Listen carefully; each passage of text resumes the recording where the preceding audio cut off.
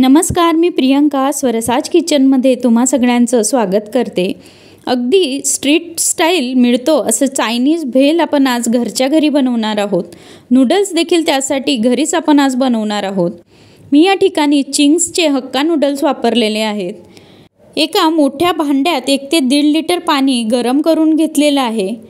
यात 1 चमचा मीठ आता घालून घ्यायचं आहे व गॅस फ्लेम हाय आपल्याला ठेवायची आहे। आता आपण या नूडल लादीचे 2 भाग करून याला या गरम उकळत्या पाण्यात टाकणार आहोत। गॅस अजून देखील चालूच आहे आणि याला सतत आपल्याला गरम पाण्यात ढवळत राहायचं आहे। हे मिक्स करून घेत असताना हे नूडल्स आपोआप सुट्टे व्हायला सुरुवात होते। हे ढवळत राहायचं महत्त्व असं की यामुळे सर्व नूडल्स सेम कन्सिस्टन्सीचे शिजतात। तुम्ही पाहू शकतात अगदी 5 मिनिटात हे नूडल्स इथे तयार होतात। नूडल्स स्टेन करण्यासाठी आधीच एक गाळणी आपण तयार करून ठेवलेली आहे।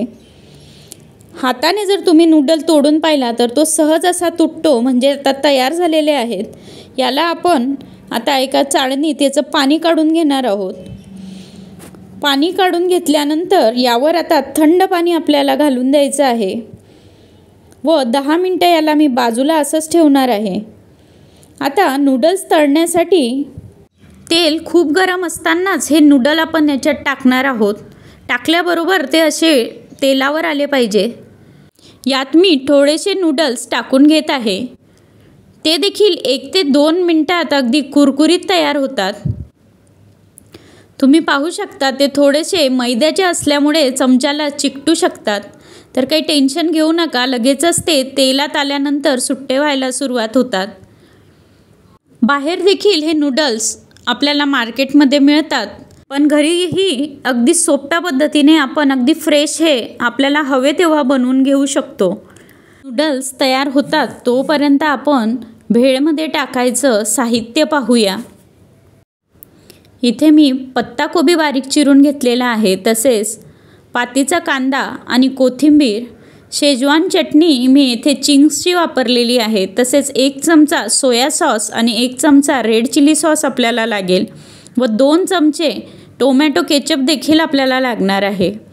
हे पहा, आपले नूडल्स आता रेडी झालेले आहेत। आता एका मोठ्या तगारीत आपण हे नूडल्स टाकून घेणार आहोत। अगदी छान कुरकुरीत असे आपले नूडल्स तळून तयार झालेले आहेत। यांना थोडंसं बारीक आपण हाताने कुचकरून घेणार आहोत। त्यानंतर यात चिरून घेतलेला पत्ताकोबी, कांद्याची पात आणि कोथिंबीर आपण घालून घेणार आहोत। त्यानंतर यात तुम्ही बारीक चिरून कांदा देखील घालू शकतात। आता आपण सगळे सॉसेस याच्यात टाकून घेणार आहेत। त्यात शेजवान चटणी 1 ते 1.5 चमचा मी यात घालून घेत आहे। तुम्हाला तिखट जास्त आवडत असेल तर तुम्ही जास्त वापरा। 1 चमचा सोया सॉस, 1 चमचा रेड चिली सॉस आणि 2 ते 3 चमचे टोमॅटो केचप आपण टाकून घेणार आहोत।